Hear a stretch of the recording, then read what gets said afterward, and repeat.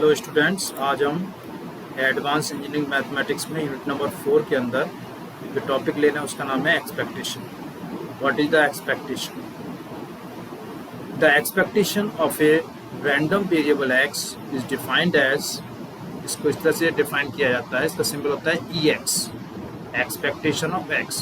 किसी भी random variable का जो एक्सपेक्टेशन ई एक्स से नोट करेंगे हम, इक्वल्स टू एक्स बार, जिससे हम मीन भी कह सकते हैं। ये सिंगल ई एक्स आ रहा है, इसकी कोई पावर नहीं है, उस कंडीशन में इसे सिंपल मीन एक्स बार भी कह सकते हैं। इस तरह लिख सकते हैं इसे, यदि डिस्क्रीट रैंडम वेरिएबल है with probability mass function P I, तो उस कंडीशन में एक्सपेक्टेशन होता है summation I X I P I. और यदि if F x is a continuous random variable, यदि एक्स को हम कंटिन्यूस रैंडम वेरिएबल लेते हैं तो उसका एक्सपेक्टेशन होता है integration between minus infinity to plus infinity x F X D x. ये सिंपल सा एक्सपेक्टेशन का फॉर्मूला है कि ई एक्स इक्वल होता है, यदि डिस्क्रीट है तो summation I X I P आई के इक्वल, और यदि कंटिन्यूस रैंडम वेरिएबल है उस कंडीशन में integration between minus infinity to plus infinity x F X D x. अब मान लो इसके कोई फंक्शन आ रहा है, ये तो सिंपल हमने एक्स का लिया है रैंडम वेरिएबल का, यदि हमें किसी फंक्शन एफ एक्स का एक्सपेक्टेशन निकालना है तो हम एक्स को रिप्लेस कर सकते हैं वहाँ पे उस फंक्शन से, जी एक्स फंक्शन का निकालना है हमें, तो E G X equal to क्या हो जाएगा, summation I G X I P आई।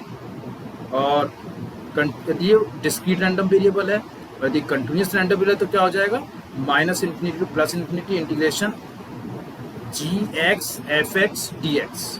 यदि एक्स क्या है, कंटिन्यूस रैंडम वेरिएबल है। दोनों कंडीशन में यदि फंक्शन भी हो सकता है या केवल रैंडम वेरिएबल हो सकता है एक्स, या एक्स का स्क्वायर भी आ सकता है। यहाँ पे एक्स की पावर 1 इसको भी फंक्शन मान सकते हैं, केवल एक्स है जिसका मतलब F X equal to G X equal to X आ रहा है यहाँ पे, उसमें जी एक्स कंडीशन में यहाँ पे एक्स आई आ गया, यहाँ पे एक्स आ गया। अब मान लो एक्स प्लेस में यहाँ पे जी एक्स आ जाता है तो एक्स आई को रिप्लेस करते हैं जी एक्स आई से, और एक्स को रिप्लेस कर देते हैं हम जी एक्स से। इस तरह से हम रिप्लेस करते हैं। अब मान लो एक्स के एक्स स्क्वायर लिखें, ई एक्स स्क्वायर लिखते हैं, यहाँ पे एक्स आई को लिखेंगे एक्स आई स्क्वायर और एक्स को लिखेंगे एक्स स्क्वायर। इस तरह से हम एक्सपेक्टेशन को डिफाइन करते हैं। तो सबसे इसका एग्जांपल लेते हैं इसका कि न्यूमेरिकल फॉर्म में एक्सपेक्टेशन कैसे निकालते हैं। Find the expectation of the number on a dice when thrown. एक यदि डाइस को थ्रो किया जाता है तो उस पर जो नंबर आते हैं उनका एक्सपेक्टेशन क्या होगा। सबसे पहले let X be the random variable. Suppose X क्या है, एक रैंडम वेरिएबल है which represents the number on the dice, क्योंकि नंबर रिप्रेजेंट करता है डाइस पर व्हेन थ्रोन, जब डाइस को थ्रो किया जाता है। Then its probability distribution is, तो उसका प्रोबेबिलिटी डिस्ट्रीब्यूशन क्या होगा, रैंडम वेरिएबल कहाँ से आएंगे, 1 से लेकर 6 तक आएंगे, बिकॉज में 6 ही नंबर्स होते हैं डाइस में। इसके उनकी प्रोबेबिलिटी क्या आएगी, 1 के लिए 1/6, 2 के लिए 1/6, 3 के लिए 1/6, 4 के लिए 1/6, 5 के लिए 1/6 और 6 के लिए भी 1/6। क्योंकि या तो 1 आएगा या 2 आएगा या 3 आएगा, 4 आएगा या 5 आएगा, 6 आएगा। तो 1 से लेकर 6 तक कोई भी वैल्यू आ सकती है, सबकी प्रोबेबिलिटी सेम होगी, 1/6, 1/6, 1/6। तो इसका एक्सपेक्टेशन कैसे निकालते हैं, एक्स जो वेरिएबल है उसमें जो वैल्यू आ रही है उसका मल्टीप्लाई प्रोबेबिलिटी से करते हैं, x I P I, summation I X I P आई।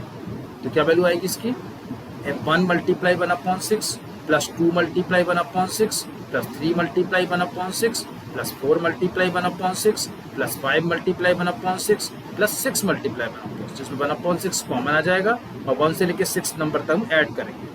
तो इसका ऐड क्या होता है, n into n minus 1, 6 into 6 minus 1/2, तो 6 इंटू 5/2, 6 से 6 कट जाएगा, और n इंटू n प्लस 1/2 होता है तो 6 इंटू 7/2 हो जाएगा, 6 से तो 7/2 आ जाएगी इसकी, जैसे 3.5 कह सकते हैं। इस तरह से हम एक्सपेक्टेशन निकाल सकते हैं।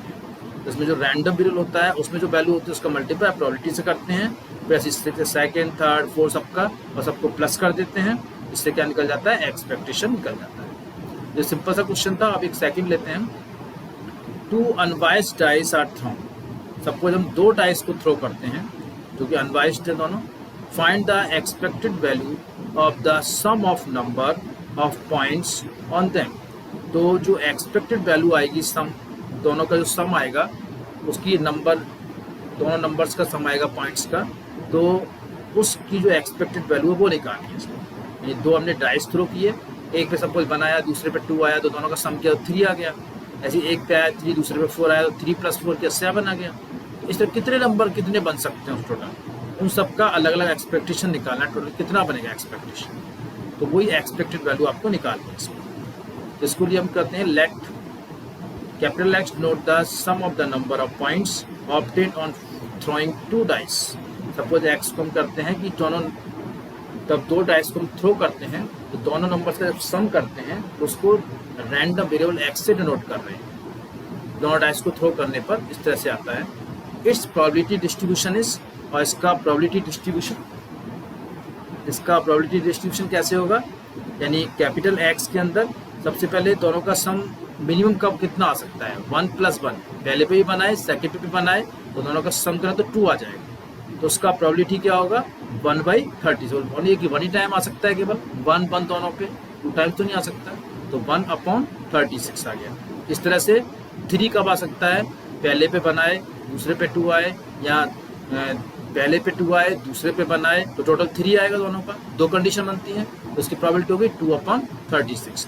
जैसे 4 के लिए 3/36, 5 के लिए 4/36, 6 के लिए 5/36, 7 के लिए 6/30, जितने भी इसमें आउटकम सबको प्लस करके जो भी वैल्यू सम बन रहा है, जितनी बार आप बना सकते हो सम को, जैसे 1 3 को 4 करते हैं तब भी 4 आता है, और 3 1 करें तब भी 4 आता है, 2 और +2 करें तब भी 4 आता है। इस तरह से हमें जितने टाइम्स वैल्यू बन सकती है, सम आ सकता है अलग अलग कंडीशंस में, उन सभी कंडीशंस को लेना है, और उस नीचे क्या आ जाएगा टोटल 36, बिकॉज उनका जो टोटल आउटकम क्या हो जाएगा इसका 6 × 6 36 हो जाएगा।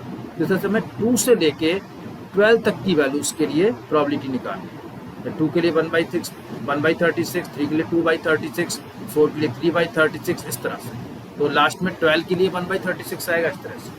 तो इस तरह से हम इसको पहले डिस्ट्रीब्यूट करेंगे, इनका ये रैंडम वेरिएबल एक्स और उसका प्रोबेबिलिटी अलग अलग तरह से।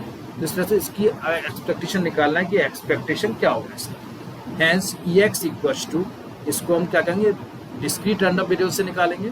इसमें जो फॉर्मूला बताया था हमने एक्सपेक्टेशन डिस्क्रीट का समेशन i xi pi, इसका यूज़ करना है इसमें। तो इसमें रैंडम वेरिएबल x है और px क्या है, इसमें प्रोबेबिलिटी है। 2 का मल्टीप्लाई 1/36 से, +3 का मल्टीप्लाई 2/36 से, +4 का मल्टीप्लाई 3/36 से, इस तरह से सबका मल्टीप्लाई करते जाएंगे, सबको ऐड करते जाएंगे समेशन फॉर्म। तो इस तरह से वैल्यू आएगी, इसको हम कैलकुलेट करेंगे तो वैल्यू आएगी इसमें 7। तो इस तरह से इस क्वेश्चन को हम सॉल्व करेंगे। तो फर्स्ट क्वेश्चन में केवल 1 डाइस था, इसमें 2 डाइस हो गए, तो जो सम आ रहा है उसका हमने एक्सपेक्टेड वैल्यू निकाली है। तो इस तरह से एक्सपेक्टेशन के 2 हमने क्वेश्चन सॉल्व किए। अब है एडिशन थ्योरम ऑफ एक्सपेक्टेशन।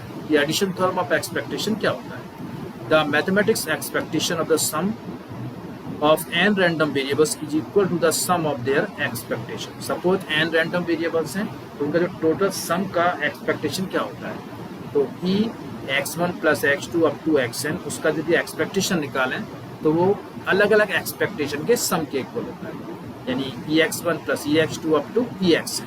इसको इस तरह से हम शॉर्ट फॉर्म में लिख सकते हैं, e summation i equals to 1 to n xi equals to summation i equals to 1 to n exi। ये कहलाता है addition theorem of expectation. All expectation exist होने चाहिए इसमें।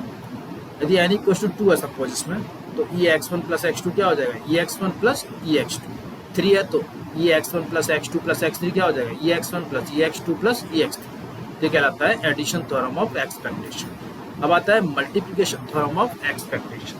The mathematical expectation of the product of a number of independent random variables is equals to the product of their expectation। यानी हम यदि different random variable आपको given है उन सबका मल्टीप्लाई करते हैं फिर उसका एक्सपेक्टेशन निकालें, तो उसका जो एक्सपेक्टेशन आएगा वो अलग अलग एक्सपेक्टेशन, सबका अलग अलग वेरिएबल का एक्सपेक्टेशन निकाल के उनका मल्टीप्लाई कर दिया जाए, उसके इक्वल आएगा। यानी ई समेशन आई, इसमें ये मल्टीप्लिकेशन का समेशन है, i = 1 to n xi = 1 to n exi। ई को पहले इसमें बाहर रखा है product, all products of variables से, इसमें आप प्रोडक्ट के अंदर ले लिया ई को। तो इस तरह से ये कहलाता है मल्टीप्लिकेशन थ्योरम ऑफ एक्सपेक्टेशन। यदि सपोज हमने n की वैल्यू 2 है, n वैल्यू की जगह 2 वेरिएबल ले रहे हैं हम रैंडम वेरिएबल x1 x2, तो e x1 x2 क्या होगा, ex1 × ex2।